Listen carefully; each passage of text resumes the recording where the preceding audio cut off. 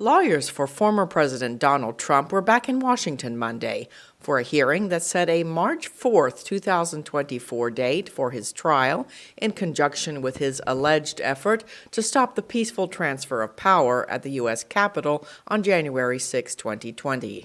Trump's lawyers had no comment for VOA, but expressed their disappointment to the judge. They had asked to put off the trial until April 2026, after the November 2024 presidential elections. The prosecution wanted the proceeding to start January 2nd, with jury selection in December. One expert told VOA he believes U.S. District Judge Tanya Chutkan is a strong judge who made a wise decision. She made some very good points that the public really needs to know. They need to know one way or the other before this election, whether Trump is guilty of these very serious charges. A grand jury of citizens in Washington voted to indict Trump on 4 felony counts in the case, including conspiracy to defraud the United States and conspiracy to obstruct an official proceeding.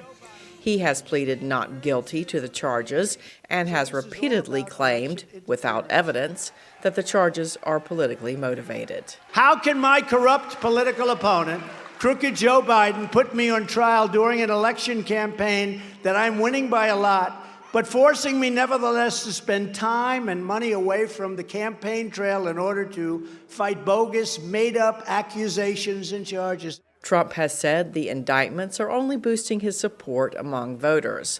But one of his Republican opponents, former Arkansas Governor Asa Hutchinson, disagrees, saying there is no way Trump can win a general election. Republican voters have to understand we can't win with Donald Trump, and that's why I addressed it very directly. Many of the January 6 events happened out in the open for everyone to see, presidential historian Alan Lichtman says, leaving Trump vulnerable to a possible conviction ahead of the November 2024 presidential elections. What if Trump is sitting in jail, which is not impossible either?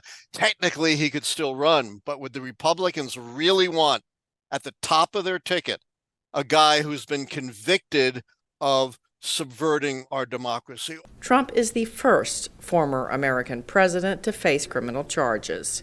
If convicted, he could spend the rest of his life behind bars. He is also facing charges in New York, Georgia, and Florida. Cindy Sain, VOA News.